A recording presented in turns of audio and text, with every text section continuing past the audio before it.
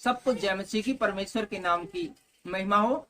आज हम देखेंगे दीना को भ्रष्ट किया जाना, और ये हमें देखने को मिलता है उत्पत्ति का 34वां अध्याय में पहली आयत से लेकर और 31वीं आयत तक। पूरा कंप्लीट 34वां अध्याय है वो इसी चीज में बीत जाएगा। आपके पास बाइबल है तो हमारे साथ निकाल लीजिए उत्पत्ति का 34वां अध्याय और हमारे साथ देख लीजिए दीना को भ्रष्ट किया जाना।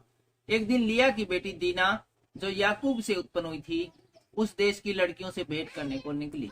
तो हम देख रहे हैं कि याकूब है वो अपने मामा लाबान के पास से आ गया है, अपने घर जाने के लिए आया था, लेकिन ये इसके भाई से रास्ते में मिलने के बाद इसको अपने भाई की जो के बारे में कुछ अच्छा सा महसूस नहीं आया, क्योंकि उसका भाई 400 लोगों को साथ लेकर इससे मिलने आया था, इसलिए इसका मूड खराब हो गया था।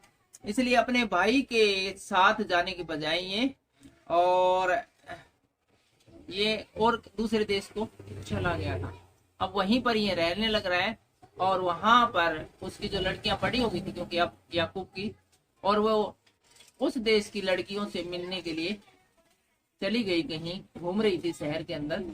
और तब उस देश के प्रधान हीवी हमोर के पुत्र शेकेम ने उसे देखा और उसे ले जाकर उसके साथ कुकर्म करके उसको भ्रष्ट किया।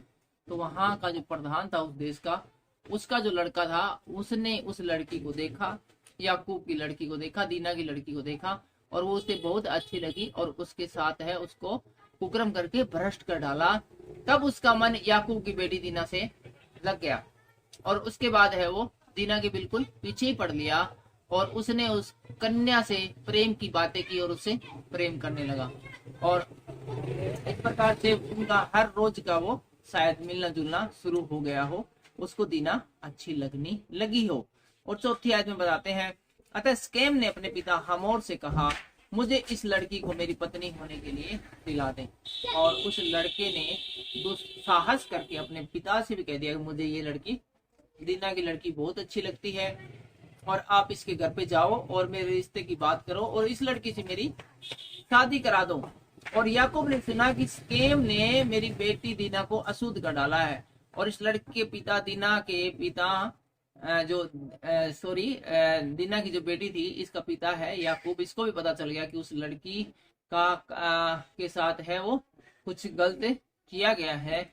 पर उसके पुत्र उस समय पशुओं के संग मैदान में थे, लेकिन उसके जो बेटे थे वे इस समय घर पे नहीं थे, वे मैदान में पशु चराने के लिए गए हुए थे। पुराने समय में कई कई दिनों के लिए वे पशु चराने के लिए निकल जाया करते थे, क्योंकि पशुओं के बड़े झुंड होते थे और कई कई हफ्ते तक है वो घर से बाहर पशुओं के साथ लोग रहते। तो इसके बेटे भी कहीं गए हुए थे पशुओं को चराने के लिए, इसलिए वह उनके आने तक चुप रहा। इसलिए वो चुपचाप खामोशी के साथ इस बात को दबाए हुए अपने बेटों का आने का इंतजार करता रहा। तब शेकेम का पिता हमोर निकलकर याकूब से बातचीत करने के लिए उसके पास आया। और इस प्रकार हम देखते हैं कि हमोर का पिता है, शेकेम का पिता है जो हमोर है, जो ये आता है और इस लड़की का अपने लड़के के लिए हाथ मांगता है, याकूब की लड़की का रिश्ता मांगता है अपने लड़के के लिए। याकूब के पुत्र यह सुनते ही मैदान से बहुत उदास और क्रोधित होकर आए, और याकूब के लड़कों को भी मैसेज मिल गया, किसी ने बता दिया कि इस प्रकार से तुम्हारी बहन के साथ है वो ना इंसाफी हुई। और तुरंत भी वो गुस्से में और उदास होकर है वो तुरंत अपने घर आ गए, क्योंकि शेकेम ने याकूब की बेटी के साथ कुकर्म करके इजराइल के घराने से मूर्खता का ऐसा काम किया था जिसका करना अनुचित था। और उस समय इस प्रकार का कार्य करना बहुत ही घिनौना कार्य माना जाता था। विशेष रूप से इजराइल में ऐसा करना या इजरायली लोगों के साथ इस प्रकार का कुकर्म करना बेहद गंभीर अपराध, सीरियस किस्म का क्राइम माना जाता था। हमोर ने उन सब से कहा, और उसके बाद है याकूब है और उसके बेटे भी है, और जो हमोर भी उस लड़के का पिता है वो आया हुआ है इसके घर में, याकूब के घर में, और अपने लड़के के रिश्ते की बात करता है और कहता है, मेरे पुत्र शेकेम का मन तुम्हारी बेटी पर लगा है, इसलिए उसे उसकी पत्नी होने के लिए दे दो। और वो कहता है कि मेरे लड़के का मन तुम्हारी लड़की से लगा, इसलिए इनकी है लव मैरिज तुम कर दो, उसका रिश्ता मांगने के लिए मैं आया हूँ, और हमारे साथ विवाह करो और अपनी बेटियां हमको दिया करो और हमारी बेटियों को आप लिया करो। और कहता है कि आइंदा से ऐसा किया करो कि हम एक दूसरे के रिश्तेदार बन जाते, तुम हमारे लोगों के साथ विवाह किया करो और हम तुम्हारे लोगों के साथ विवाह किया करेंगे। हमारा जो रिश्ता है वो आगे से रिश्तेदारों वाला हो जाए, हम एक दूसरे के संबंधी हो जाते हैं। और 10वीं आयत में लिखा है, हमारे संग बसे रहो और यह देश तुम्हारे सामने पड़ा। और कहा कि ये देश, पूरा देश तुम्हारे सामने पड़ा, जहां मर्जी आए वहां पर तुम बस सकते हो। एक प्रकार की तुम्हें इस देश की नागरिकता हासिल हो जाएगी इस काम के द्वारा, यदि तुम अपनी बेटी का रिश्ता मेरे लड़के से कर देते हो। इसमें रहकर लेन देन करो और इसकी भूमि को अपने लिए ले लो। और तुम यहाँ जमीन भी खरीद सकते हो और अपना कारोबार भी कर सकते हो। तुम्हें किसी प्रकार के अलग से डॉक्यूमेंट बनाने की जरूरत नहीं है, किसी प्रकार के वीजा बनाने की जरूरत नहीं है। इस रिश्ते को होते ही तुम्हारी लड़की जब हमारे घर में दुल्हन बनकर आ जाएगी, उसके बाद यहाँ पर इस देश के जो नागरिकों के जो सारे अधिकार है, वही अधिकार तुम्हें भी ऑटोमेटिकली मिल जाएंगे। शकेम ने भी दीना के पिता और भाइयों से कहा, यदि मुझ पर तुम लोगों के अनुग्रह की दृष्टि हो तो जो कुछ तुम मुझसे कहो मैं वही करूंगा। और इसके अलावा वो हाथ जोड़कर ये भी कहता है कि इसके अलावा तुम्हारी और कोई डिमांड हो इसके बदले में अपनी लड़की की शादी मेरे लड़के को करने के बारे में, तो वो भी मैं करने के लिए तैयार हूँ। तुम सिर्फ अपनी जो अच्छी नजर है वो मुझ पर रखो, मुझ पर अपना अनुग्रह रखो। तुम मुझसे कितना भी मूल्य या बदला क्यों ना मांगो तो भी मैं तुम्हारे कहे के अनुसार दूंगा। बोला, मेरा लड़का की खुशियां मेरे लिए बहुत बहुमूल्य है और वो चाहता है कि तुम्हारी बेटी का उससे रिश्ता हो जाए।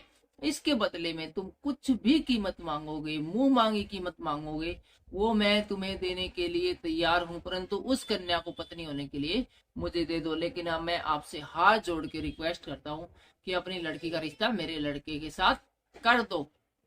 तब यह सोचकर कि शकेम ने हमारी बहन दीना को अशुद्ध किया है, याकूब के पुत्रों ने शकेम और उसके पिता हमोर को छल के साथ यह उत्तर दिया। लेकिन जो याकूब है, जिसका मतलब ही धोखा देने वाला होता है, जिसने पूरी जिंदगी है लोगों को और अपने भाई और रिश्तेदारों को धोखा दिया है, उसके बेटों में भी ये गुण आ गए थे।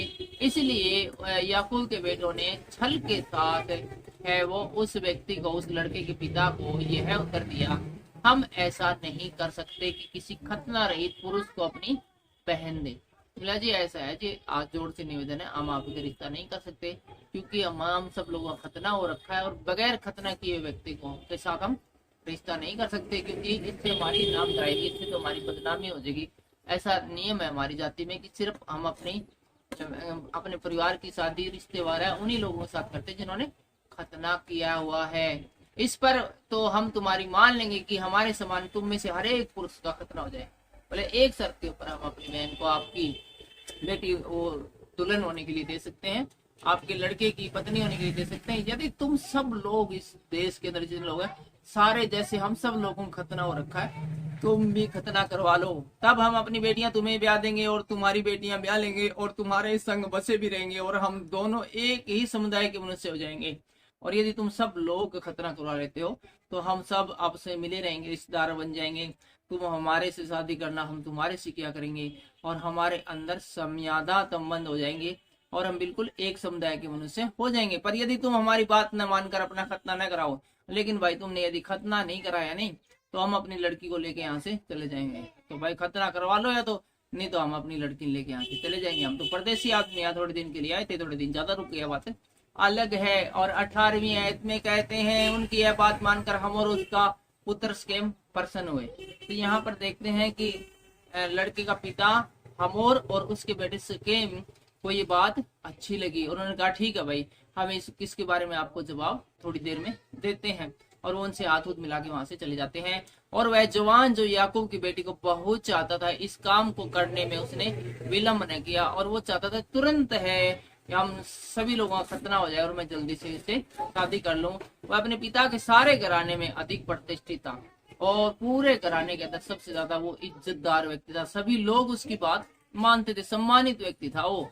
इसलिए हमोर और उसका पुत्र शकेम अपने नगर के फाटक के निकट जाकर नगर वासियों को यूं समझाने लगे और सब लोगों को जो उस नगर के अंदर रहते थे सबको इकट्ठा करके हमोर और उसका बेटा है शकेम, दोनों बाप पिता पुत्र सब लोगों को अनाउंसमेंट करके इस प्रकार से समझाने लगे, वे मनुष्य हमारे संग मेल करना चाहते हैं। और बोले वो जो आए हुए परदेसी आदमी जो जिसको हम याकूब कहते हैं और याकूब के बेटे थे और पूरा परिवार था, ये लोग है जो परदेसी हमसे मेल करना चाहते हैं, अतः उन्हें इस देश में रह के लेन देन करने दो। इसलिए हम भी चाहते हैं कि उनको लेन देन करने। और आगे लिखा हुआ है, यह देश उनके लिए भी बहुत है। बोले बहुत बड़ा देश है, वे भी रह जाओगे तो कौन सा क्या है, थोड़े से तो बंदे हैं।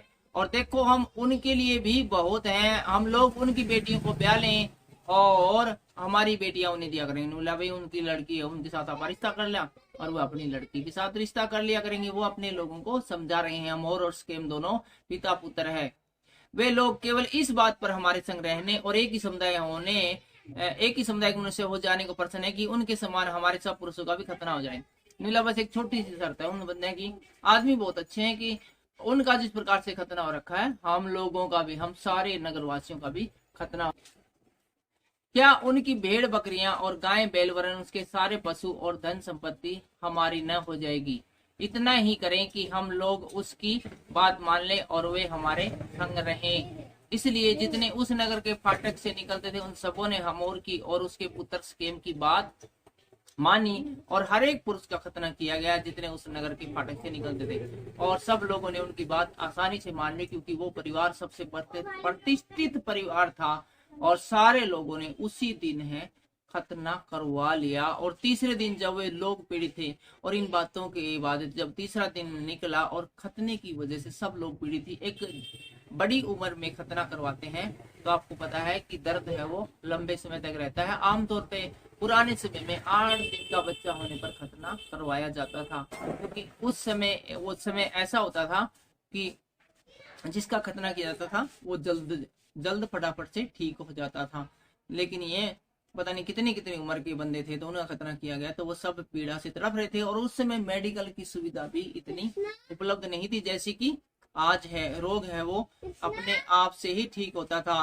तब ऐसा हुआ कि समोन और लेवी नामक याकूब के पुत्रों ने, जो दीना के भाई थे, अपनी अपनी तलवार से उस नगर में निधड़क घुसकर सब पुरुषों को मार डाला। और उसके बाद हम देखते हैं कि जब 3 दिन हो गए, सब लोग है वो दुख दर्द से तड़प रहे हैं, सब लोग दुख दर्द से तड़प रहे हैं। तो दीना के जो भाई थे दो, उन्होंने तलवार लेकर सब लोगों को, नगर के लोगों को घात किया। हमोर उसके पुत्र स्केम को उन्हें तलवार से मार डाला और हमोर और उसके पुत्र को भी उन्हें तलवार से मार डाला। और दीना को स्केम के घर से निकाल ले गए और उसकी बहन दीना को भी, जो उन्होंने उसकी बहन को बंदी बना रखा था एक प्रकार से, उसको निकाल के ले आए।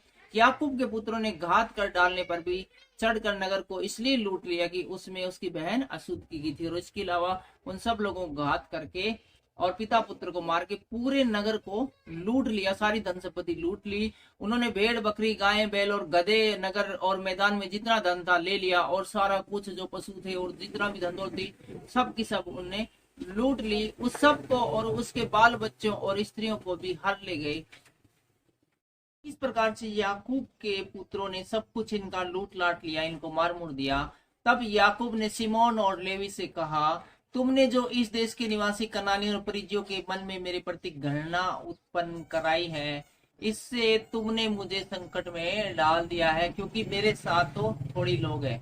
तो याकूब बोला, तुमने यो क्या कराया, तुमने तो पंगे ले दिए। आप 4 लोग सारे यहाँ ने तुमने इतना हंगामा खड़ा कर दिया, ये लोग तो अपने से अब नफरत करने लगे, इसलिए अब वे इकट्ठे होकर मुझ पर चढ़ेंगे। अब वो ठीक होते इकट्ठे होते मुझ पर चढ़ाई करेंगे, अपने परिवार पर चढ़ाई करेंगे और मुझे मार डालेंगे, तो मैं अपने घराने समेत नष्ट हो जाऊंगा। याकूब डर गया, बोला वे तो मैंने मार डालेंगे। वैसे दिमाग वाला तो था याकूब, लेकिन साथ में डरपोक भी था। कई बार हमने देखा कि ये डर जाता था बार बार में। और इसने कहा कि मैं तो अपने घराने समेत नष्ट हो जाऊंगा। उन्होंने कहा, क्या हुआ है, हमारी बहन के साथ वैश्या के समान बर्ताव करें। छोरे बोले, बात तो आपकी बाबू ठीक से, लेकिन ये थोड़ा ही मतलब है कि वेश्या के समान हमारी बहन से बर्ताव करें। हम इतने उसके भाई रहे, इतने पावरफुल रहे, इतने ताकतवर रहे, ये क्या हुआ? जबरदस्ती करने का उसका मतलब क्या था? हमने जो किया ठीक किया। फिलहाल आज की इस वीडियो में इतना ही, मिलते हैं अगले वीडियो में। सबको जय श्री कृष्ण।